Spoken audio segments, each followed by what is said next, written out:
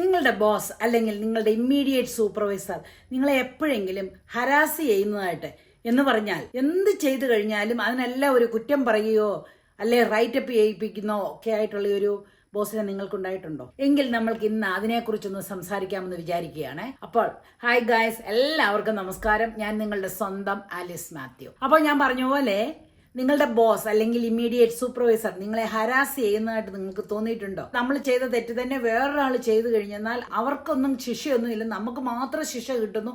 അങ്ങനെ ഓർക്കുമ്പോൾ നമ്മുടെ ചങ്കങ്ങ് പൊട്ടിപ്പോയില്ലേ? എല്ലാവർക്കും ഒന്നും അങ്ങനത്തെ എക്സ്പീരിയൻസ് ഒന്നും ഉണ്ടാകാൻ ചാൻസ് ഇല്ലെങ്കിലും കുറച്ച് പേർക്കെങ്കിലും ഇങ്ങനത്തെ ഒരു അനുഭവം ഉണ്ടായിരിക്കാം. അതുകൊണ്ട് ഞാൻ അതിനെ ഒന്ന് അഡ്രസ്സ് ചെയ്യാമെന്ന് വിചാരിക്കുകയാണ്. അതിനെ എങ്ങനെ ഓവർകം ചെയ്യാം എന്നതിനെ കുറിച്ച് നമ്മൾക്ക് ഇന്നൊന്ന് നോക്കാം. ഇത് പറയാൻ എന്താണെന്നറിയാം കാരണം, എന്റെ മോട്ടിവേഷണൽ വീഡിയോ ഒക്കെ കണ്ടിട്ട് ഒരു കുട്ടി എന്ന് പറഞ്ഞാൽ നേഴ്സാണ്, കല്യാണമൊക്കെ കഴിഞ്ഞ് 2 കുട്ടികളൊക്കെ ഉണ്ട്. ആ കുട്ടി സൗദി അറേബ്യയിലാണ് ജോലി ചെയ്യുന്നത്. ഒരു മിഡിൽ ക്ലാസ് ഫാമിലിയാണ്. സ്വന്തമായിട്ട് വീടൊന്നും ഇല്ല, നിത്യവൃത്തിയൊക്കെ നല്ലപോലെ കഴിഞ്ഞു പോകും. പക്ഷേ വീടും ഇല്ല. നാട്ടിൽ നിന്ന് കഴിഞ്ഞാൽ നമുക്കൊരു വീട് മേടിക്കാനായിട്ടോ കുട്ടികളെ പഠിപ്പിക്കാനായിട്ടോ അതിനായിട്ടുള്ള ഇൻവെസ്റ്റ്മെന്റിനൊക്കെ ഇച്ചിരി ബുദ്ധിമുട്ടാണ്. അതുകൊണ്ട് ഈ കുട്ടി സൗദി അറേബ്യക്ക് പോയി. എല്ലാവരുടെയും ഒരു ഡ്രീം ആണല്ലോ പേർഷ്യക്ക് പോവുക അല്ലെ സൗദിക്ക് പോവുക എന്നുള്ളത്. അങ്ങനെ സൗദി അറേബ്യയിൽ മിനിസ്ട്രി ഓഫ് ഹെൽത്ത് തന്നെ ജോലി കിട്ടി.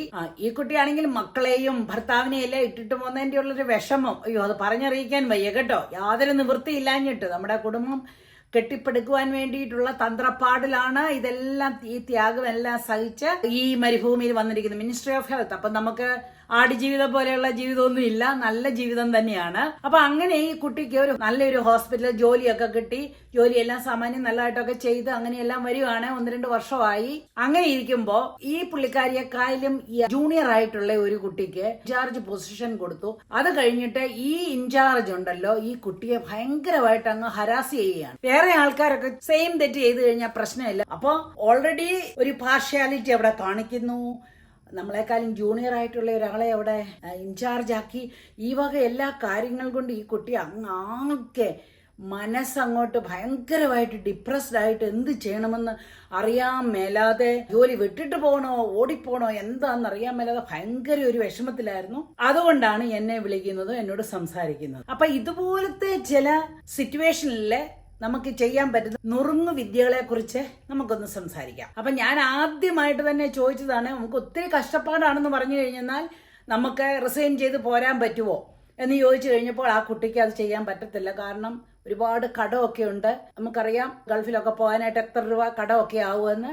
അതുകൊണ്ട് ഉടനെ പോകാൻ പറ്റത്തില്ല. പിന്നെ വീട് വേണം, കടബാധ്യതകളെല്ലാം ഉണ്ട്. കിട്ടിയ ജോലി കളഞ്ഞിട്ട് പോകാൻ പറ്റത്തില്ല. പിന്നെ ഉടനെ ഒന്ന് കിട്ടാനായിട്ടും വിഷമമാണെന്ന് പറഞ്ഞു. ഓക്കെ, അപ്പൊ ഇങ്ങനത്തെ ഒരു സിറ്റുവേഷനിൽ ഇപ്പൊ എന്താണ് ഈ മാനേജർ നമ്മളെ തന്നെ ടാർഗറ്റ് ചെയ്യുന്നത്, എന്താണ് ഇങ്ങനെ കുറ്റം പറയുന്നത് എന്ന് നമ്മളൊരു സെൽഫ് അസസ്മെന്റ് നമ്മൾ ചെയ്യേണ്ടത് വളരെ അത്യാവശ്യമുള്ള ഒരു കാര്യമാണ്. നമ്മൾ റിയൽ ആയിട്ടും തെറ്റ് ചെയ്യുന്നുണ്ടോ എന്നുള്ളത് നമ്മളൊന്ന് നോക്കണം. എന്താ, നമുക്ക് മെഡിക്കേഷൻ എററൊക്കെ ഉണ്ടാക്കിയിട്ടുണ്ടോ, അല്ലെ പേഷ്യന്റ് കംപ്ലൈൻസ് ഉണ്ടോ നമ്മുടെ പേരിൽ, അല്ലെങ്കിൽ ഇനിയിപ്പോ പേഷ്യന്റ് ഡോക്യുമെന്റേഷൻ നമ്മൾ ഡോക്യുമെന്റ് ചെയ്തില്ലെന്ന് പറഞ്ഞാൽ നമ്മൾ ആ പേഷ്യന്റിന് ആ കാര്യം ചെയ്തിട്ടില്ലെന്നുള്ളതാണ്. അത് വലിയ തെറ്റാണ്. ഏത് വക കാര്യങ്ങളിലാണ് നമ്മളെ വഴക്ക് പറയുന്നെന്നുള്ളത് ഒന്ന് അറിയണം. അപ്പൊ ആദ്യമായിട്ട് നമ്മൾ അറിയേണ്ട കാര്യം, എന്ത് കാര്യത്തിനാണ് നിങ്ങളെ റൈറ്റപ്പ് ചെയ്യുന്നത് അല്ലെ കംപ്ലൈന്റ് ചെയ്യുന്നുള്ളത് നമ്മൾ കണിശമായിട്ടും അറിഞ്ഞിരിക്കണം കേട്ടോ. എന്നിട്ട് ആ കാര്യത്തിനെ ഇംപ്രൂവ് ചെയ്യണം. നമ്മൾ ജോലി നല്ല കറക്റ്റ് ആയിട്ട് തന്നെ ചെയ്തു കഴിഞ്ഞാൽ ഇവർക്ക് നമ്മളെ ഒന്നും ചെയ്യാൻ സാധിക്കത്തില്ല. ശരി, കേരളത്തിലെ പോലെ നമുക്ക് എന്തെങ്കിലും ഉണ്ടെങ്കിൽ നമുക്ക് സീനിയോറിറ്റി കിട്ടിയില്ല, നമുക്ക് പ്രൊമോഷൻ കിട്ടിയില്ല എന്നൊക്കെ പറഞ്ഞു കഴിഞ്ഞാൽ നമുക്ക് കൊടി പിടിക്കാം, സമരം ചെയ്യാം. അപ്പൊ കേരളം വിട്ട് കഴിഞ്ഞ വേറെ ജൂനിയർ ആയിട്ടൊരു ആൾ സീനിയർ പൊസിഷൻ കൊടുത്തതെന്നും പറഞ്ഞാൽ ഒന്നും നമുക്ക് വഴക്ക് പിടിക്കാനൊന്നും പറ്റത്തില്ല.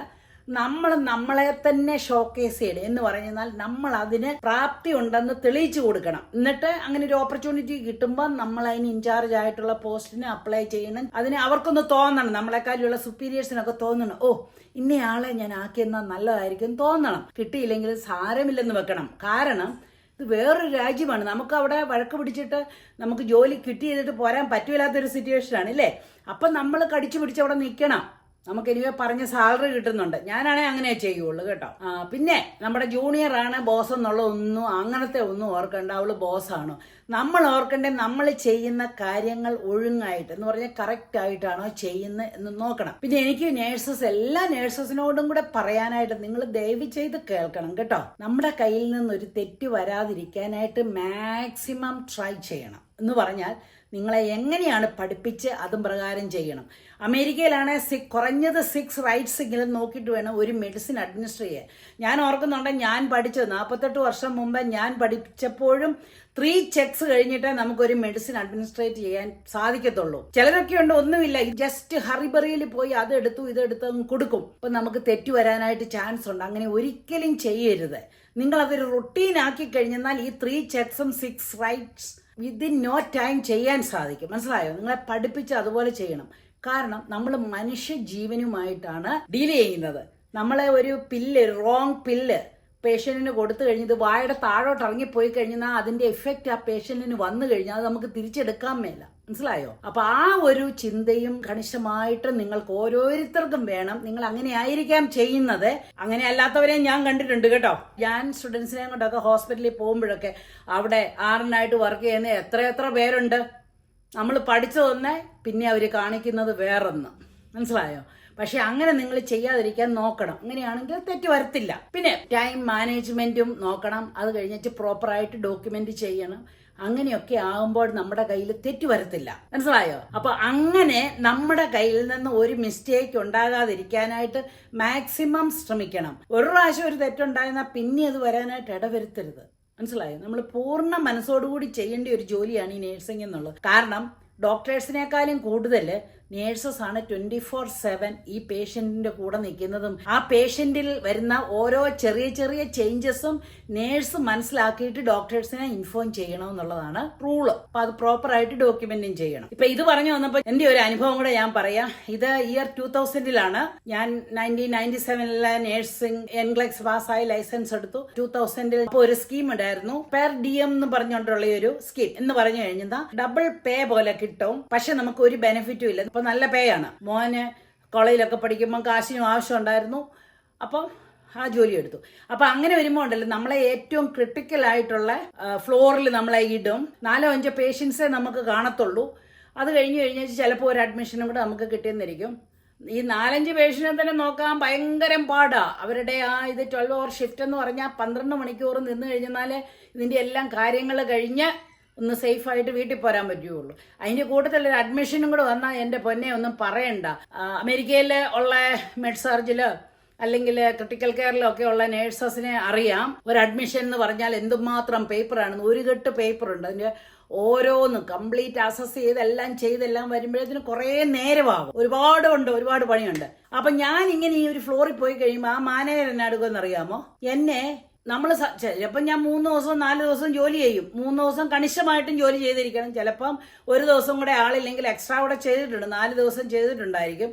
ഇപ്പൊ ഈ ആഴ്ചയിൽ 4 ദിവസം പോയാലും ഇതൊരു വലിയൊരു ഫ്ലോറാണ്. ഒരു 36 പേഷ്യൻസ് ഉള്ള ഫ്ലോറാണ്. അപ്പോൾ ഓരോ നേഴ്സസിനും 5 പേഷ്യന്റിനെ വെച്ച് ഡിവൈഡ് ചെയ്ത് ഇവർക്ക് ഓരോ ഏരിയാസ് ഉണ്ട് കേട്ടോ. ഈ മാനേജർ എന്നെ എടുക്കുമെന്ന് അറിയാമോ? എവിടെ അഡ്മിഷൻ വരുന്നോ ഇവരെന്നെ ആ ക്യൂബിക്കിളിൽ എന്നെ പോസ്റ്റ് ചെയ്യും. ആദ്യമൊന്നും ഞാനത് മൈൻഡ് ചെയ്തില്ല. ഞാൻ ചെന്നു, എനിക്ക് അഡ്മിഷൻ കിട്ടി. ഞാൻ അന്നേരം ഒരു ബ്രേക്ക് പോലും എടുക്കാതെ കംപ്ലീറ്റ് ആയിട്ട് ജോലി ചെയ്ത് എന്റെ ബ്രേക്ക് ഒന്നും ഇല്ലാതെ വർക്ക് ചെയ്ത് ഇടും. പിറ്റേ ദിവസം വന്നാൽ പോലും ഉണ്ട് ആ സെയിം പേഷ്യൻസിനെ കൊടുക്കണമെന്നൊക്കെ ചില റൂൾസ് ഒക്കെ ഉണ്ട്.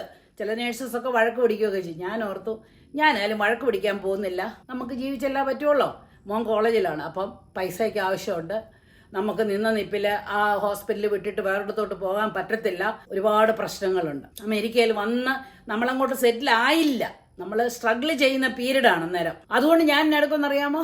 അവിടെ ഇടും. എന്നാലും ഞാൻ ഓർക്കും, ഇതെന്തോ എന്നെ മാത്രം ഇങ്ങനെ ഓരോ ക്യൂബിക്കിളും മാറ്റി ഇടുന്നത്. എന്നും എനിക്ക് അഡ്മിഷനും ആവുള്ളത് കേട്ടോ. എന്നോട് ചില നേഴ്സസ് എന്നോട് പറഞ്ഞു, നീ ഒരു കാര്യം ശ്രദ്ധിച്ചോ, എവിടെ അഡ്മിഷൻ ഉണ്ടെങ്കിലും നിന്നെ അങ്ങനെയാ ഇടുന്നത് എന്ന് പറഞ്ഞു. അപ്പൊ ഞാൻ ശ്രദ്ധിക്കാൻ തുടങ്ങിയപ്പോ ഉണ്ട്, ശരിയാണ്. എവിടെ അഡ്മിഷൻ വരുന്നോ ആ സ്ഥലത്താണ് എന്നെ ഇടുന്നത്. അങ്ങനെ ഇടാൻ പാടില്ല. പക്ഷെ ഞാൻ ചോദിക്കാൻ പോയില്ല.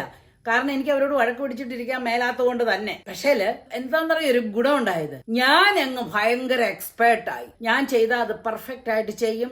ഞാൻ ചെയ്യുന്ന അഡ്മിഷൻസ് ഒന്നും അവിടെ ആർക്കും കംപ്ലൈന്റ് ഇല്ല. അല്ലെങ്കിൽ പിറ്റേ ദിവസം വരും ബോർഡയിലുണ്ട്, അയ്യോ തേണ്ട ഇന്നെ അസസ്മെന്റ് ചെയ്തില്ല, ഇന്നത് ഓർഡർ ചെയ്തില്ലായിരുന്നു എന്നും പറഞ്ഞുകൊണ്ട് ഭയങ്കരമായിട്ട് റൈറ്റപ്സ് ഒക്കെ വരും. പക്ഷെ എനിക്ക് അങ്ങനെയൊന്നും വന്നില്ല. പക്ഷെ അതുകൊണ്ട് ഞാൻ നമ്പർ 1 അഡ്മിഷൻ നേഴ്സായി. ശരിക്കും പറയുകയാണെങ്കിൽ എനിക്ക് അറിയത്തില്ല, എൻ്റെ ഒരു പ്രാവശ്യം പോലും എനിക്കൊരു റൈറ്റപ്പ് ഉണ്ടായിട്ടില്ല. അവർ പറഞ്ഞിട്ടില്ല ഇന്ന അഡ്മിഷൻ ചെയ്തിട്ട് ഇന്ന ചെയ്തില്ല. അല്ലെങ്കിൽ ഇപ്പോൾ ഇനിഷ്യൽ ഇട്ടില്ല, സിഗ്നേച്ചർ ഇട്ടില്ല, അത് മിസ്സിംഗ് ആണ്, ഇത് മിസ്സിംഗ് ആണെന്ന് പറഞ്ഞ് വന്നിട്ടില്ല. മനസ്സിലായോ? അപ്പൊ ഞാൻ എന്താണെന്നറിയോ പറയുന്നേ, എന്തിനാണ് നമ്മളെ റൈറ്റപ്പ് ചെയ്യിപ്പിക്കുന്നത്, അല്ലെ എന്താണ് അവരുടെ കംപ്ലൈന്റ് എന്ന് പറഞ്ഞു കഴിഞ്ഞാൽ അതങ്ങ് ഇല്ലാതാക്കണം. മനസ്സിലായോ? അപ്പൊ ആദ്യമായിട്ട് ചെയ്യേണ്ടത് നമ്മുടെ കയ്യിൽ എന്നതേലും തെറ്റ് വന്നിട്ടുണ്ടെങ്കിൽ അത് വരാതിരിക്കാനായിട്ട് നമ്മൾ പെർഫെക്റ്റ് ആയിട്ട് ചെയ്യാൻ നോക്കണം. അന്നേരം പിന്നെ ഇവർ ചെയ്യത്തില്ലല്ലോ. ഞാൻ ഇങ്ങനെ പറഞ്ഞു കഴിഞ്ഞപ്പോൾ ആ കുട്ടി പറഞ്ഞു, ഇല്ല ചേച്ചി ഞാനെല്ലാം ശരിയായിട്ടാ ചെയ്യുന്നത്. എന്നിട്ട് പക്ഷെ ആ കുട്ടി പറയും ഞാൻ ചെയ്യുന്ന തെറ്റ് തന്നെ വേറൊരാളും സെയിം ചെയ്തെന്ന് അവർക്ക് കുഴപ്പമില്ല. അപ്പൊ കഴിയുന്നത് നമ്മൾ തെറ്റ് ചെയ്യാതെ ഇരിക്കണം. മനസ്സിലായോ? മറ്റുള്ളവരെ ചെയ്യുന്നത് നോ പ്രോബ്ലം, അവരുടെയൊക്കെ ഫേവേർഡ് ലിസ്റ്റിലായിരിക്കും എന്ന് പറഞ്ഞു. നമ്മളെ ഒരാൾ അങ്ങനെ ചെയ്യുമ്പോൾ നമ്മൾ പിന്നെ എന്നെ എടുക്കും, അവരെ കാണുമ്പോൾ മുഖം വീർപ്പിക്കും, ഇല്ലേ, മിണ്ടത്തില്ല, ഒരു ഗുഡ് മോർണിംഗ് പറയത്തില്ല, ഒന്നും ചെയ്യില്ല. അപ്പോഴെന്നെ എടുക്കും, നമ്മുടെ ബോസിന് നമ്മളോട് പിന്നെയും ദേഷ്യം വരുന്നത്. അതുകൊണ്ട് ഞാൻ പറഞ്ഞു, കുട്ടി ഒരു കാര്യം ചെയ്യുക, ഈ സൂപ്പർവൈസറെ കാണുമ്പോൾ ഗുഡ് മോർണിംഗ് പറയുക, hi how are you, how was your weekend എന്നൊക്കെ പറഞ്ഞ് ഇച്ചിരി അങ്ങോട്ട് സംസാരിക്കാൻ പറഞ്ഞു, നല്ല രീതിയിൽ പെരുമാറാൻ പറഞ്ഞു. അത് കഴിഞ്ഞേച്ച് എന്നതെങ്കിലും കറക്റ്റ് ചെയ്യുവാണെങ്കിൽ പറയും, oh you are the best nurse, I learned a lot from you എന്ന് പറയണം. ശരിയാണ്, ആ ഒരു സൂപ്പർവൈസർ നമ്മുടെ കയ്യിൽ തെറ്റുണ്ടെന്ന് കാണിച്ചു തന്നുകൊണ്ടല്ലേ നമുക്ക് തെറ്റാണെന്ന് മനസ്സിലായത്. അപ്പൊ ആ തെറ്റ് തിരുത്താൻ സാധിച്ചില്ലേ, അത് നീ കാരണമാണ് എനിക്ക് തെറ്റ് തിരുത്താൻ സാധിച്ചെന്നും പറഞ്ഞിട്ട് അങ്ങോട്ട് പറയുക, you are the best nurse ever. വേറെ ആരുമാണെങ്കിലും പറഞ്ഞു തരത്ത് പോലും ഇല്ല, ഞാൻ I learned a lot from you, നിന്റെ കയ്യിൽ നിന്ന് ഞാൻ ഒരുപാട് പഠിച്ചു എന്നൊക്കെ പറഞ്ഞുകൊണ്ട് കണിശമായിട്ട് അവരെ ഒന്ന് അപ്രിഷ്യേറ്റ് ചെയ്യാനായിട്ട് പറയണം. അങ്ങനെ പറഞ്ഞ് അവരോട് ചിരിച്ച മുഖമായിട്ടും ഒന്ന് റെക്കഗ്നൈസ് ചെയ്ത് കഴിഞ്ഞെന്നാൽ പിന്നെ നമ്മളോട് പറയുന്നതാണേലും രീതിയാണ്, നമ്മളെ കറക്റ്റ് ചെയ്യുന്ന രീതിയാണെങ്കിലും മാറിയിരിക്കും, കണിശമായിട്ടും മാറും. അതുപോലെ തന്നെ ഇത് ക്രിസ്മസിന് മുമ്പായിരുന്നു. അപ്പൊ ഞാൻ പറഞ്ഞു എന്തോ ചെയ്യണമെന്നറിയോ കുട്ടി, ഒരു 5 റിയാലിന്റെ എന്നതെങ്കിലും മതി ഒരു ഗിഫ്റ്റ് വാങ്ങിച്ചിട്ട് ക്രിസ്മസിന് മെറി ക്രിസ്മസ് എന്നും പറഞ്ഞിട്ട് അതങ്ങ് അവർക്ക് കൊടുക്കുക. എന്നിട്ട് അവരോട് വളരെ സ്നേഹമായിട്ട് പെരുമാറുക. കണിശമായിട്ടും അവർക്ക് നമ്മളോടുള്ള ഒരു അപ്രോച്ച് മാറും. പിന്നെ നമ്മുടെ കയ്യിൽ നിന്ന് ഒരു ചെറിയ തെറ്റൊക്കെ വന്നു കഴിഞ്ഞാലും നമ്മളെ നല്ല രീതിയിൽ പറഞ്ഞ് മനസ്സിലാക്കി തരുമെന്ന് പറഞ്ഞു. പിന്നെ അതുപോലെ നമ്മുടെ കയ്യിൽ നിന്നൊരു തെറ്റ് വന്നു കഴിഞ്ഞാൽ തെറ്റാണെങ്കിൽ നമ്മൾ അക്സെപ്റ്റ് ചെയ്യണം. മനസ്സിലായോ? നമ്മൾ ചുമ്മാതെ അതെന്റെ തെറ്റല്ല, മറ്റോരങ്ങനെ ചെയ്യുന്നില്ലേ, ഇവരങ്ങനെ ചെയ്യുന്നില്ലേ എന്ന് പറഞ്ഞു കഴിഞ്ഞാൽ ആ ബോസിന് നമ്മളോട് ദേഷ്യമേ തോന്നത്തുള്ളൂ. മനസ്സിലായോ? ഇപ്പൊ അമേരിക്കയിലൊക്കെ ആണെങ്കിൽ പിന്നെ ഒരു ഗുണമുണ്ട് കേട്ടോ, നമ്മളിപ്പോ ഒന്ന് വെൽ എസ്റ്റാബ്ലിഷ്ഡ് ആയി നമ്മളെ ആരെങ്കിലും ഹരാസ് ചെയ്യുവാണെന്ന് പറയുവാണെങ്കിലും ഉണ്ടല്ലോ, അന്നേരം റെസിഗ്നേഷൻ എഴുതി കൊടുത്തു വെച്ച് നമുക്ക് പോകാം. മനസ്സിലായോ? ഒരു 6 മാസത്തെ മോർഗേജ് അടയ്ക്കാനുള്ള കാശൊക്കെ നമ്മുടെ കയ്യിലുണ്ടെങ്കിൽ ധൈര്യമായിട്ട് ചെയ്യാം. കാരണം ഒരു ജോലി അപ്ലൈ ചെയ്ത് അതിൻ്റെ ഇൻ്റർവ്യൂവും കഴിഞ്ഞ് എല്ലാം കിട്ടി വരുമ്പോഴത്തേന് നമ്മുടെ പ്രൊബേഷൻ പീരീഡും എല്ലാം കഴിഞ്ഞ് വരുമ്പോഴത്തേന് ഒരു 5-6 മാസം ആകും. അപ്പോൾ അതുവരെ അടയ്ക്കാനുള്ള മോർഗേജ് ഒക്കെ ഉണ്ടെന്ന് പറഞ്ഞാൽ നമുക്ക് ധൈര്യമായിട്ട് ആ ഇഷ്ടമില്ലാത്തടത്തും നമ്മൾ ഇട്ടിട്ട് പോകാം. മനസ്സിലായോ? അപ്പൊ നമ്മുടെ കയ്യിൽ നിന്ന് ഒരു തെറ്റ് പറ്റുകയാണെങ്കിൽ അതിനെ ആക്സെപ്റ്റ് ചെയ്യണം, അത് തിരുത്താൻ നോക്കണം. അവരുടെ പേർക്കല്ല നമ്മൾ ചെയ്യുന്നത്, നമ്മുടെ പേഷ്യൻസിന് വേണ്ടിയാണ് നമ്മൾ ചെയ്യുന്നതെന്നുള്ളൊരു വിചാരം വേണം കേട്ടോ. പിന്നെ ഇത് വെരി ഇമ്പോർട്ടൻ്റ് ആണ്.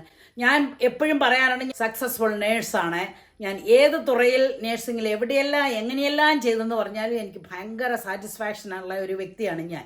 അതിന്റെ കാരണം എന്നാണെന്നറിയാമോ? ഞാൻ ഭയങ്കര ഇഷ്ടപ്പെട്ടാണ് ഞാൻ ഇതിന്റെ ജോലി ചെയ്തത്. ഞാൻ ഭയങ്കരമായിട്ട് ഇഷ്ടപ്പെട്ടാണ് ഞാൻ നേഴ്സിങ്ങിന് പോയത് പോലും. എന്നിട്ട് ഞാൻ ഓരോ ദിവസം ജോലി ചെയ്തതും ഭയങ്കരമായിട്ട് ഇഷ്ടപ്പെട്ടാണ്. ഓഫ് കോഴ്സ് എനിക്ക് കാശ് വേണമായിരുന്നു. അപ്പം നമുക്ക് വിഷമങ്ങൾ, ഹരാസ്മെന്റിന്റെ ഒക്കെ ഒരുപാട് ഉണ്ടായിട്ടുണ്ട് കേട്ടോ. ഞാനൊക്കെ നല്ലവണ്ണം ജോലി ചെയ്തത് കൊണ്ട് മാത്രമാണ് ഇവിടെ നിന്ന് പോയതെന്ന് പറയാം കേട്ടോ. കാരണം നമുക്ക് ആരും മലയാളികളൊക്കെ ആണെങ്കിൽ പിന്നെ നമ്മളെ ഇച്ചിരി ഹെൽപ്പ് ചെയ്യുവോ പറഞ്ഞു തരുവോ എന്തെങ്കിലും ചെയ്യുമെന്നറിയില്ല. ഞാൻ ജോലി ചെയ്തെടുത്തൊന്നും ഒറ്റ മലയാളി പോലും ഇല്ലായിരുന്നു, മുഴുവൻ അമേരിക്കൻസ് ആയിരുന്നു. അമേരിക്കൻസ് എന്ന് പറഞ്ഞാൽ വൈറ്റ്സ് ആൻഡ് ബ്ലാക്സ് മാത്രമായിരുന്നു ഉണ്ടായിരുന്നത്.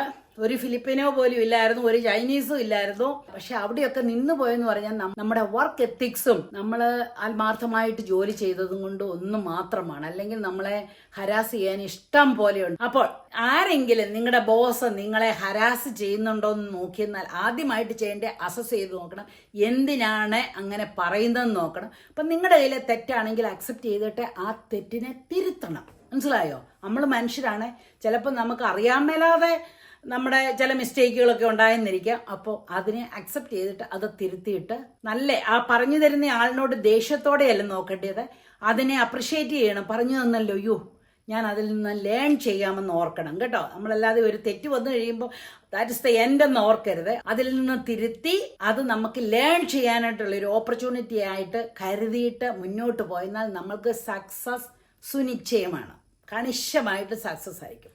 അപ്പോൾ അടുത്തൊരു വീഡിയോയുമായി വരുന്നത് വരെ ബൈ.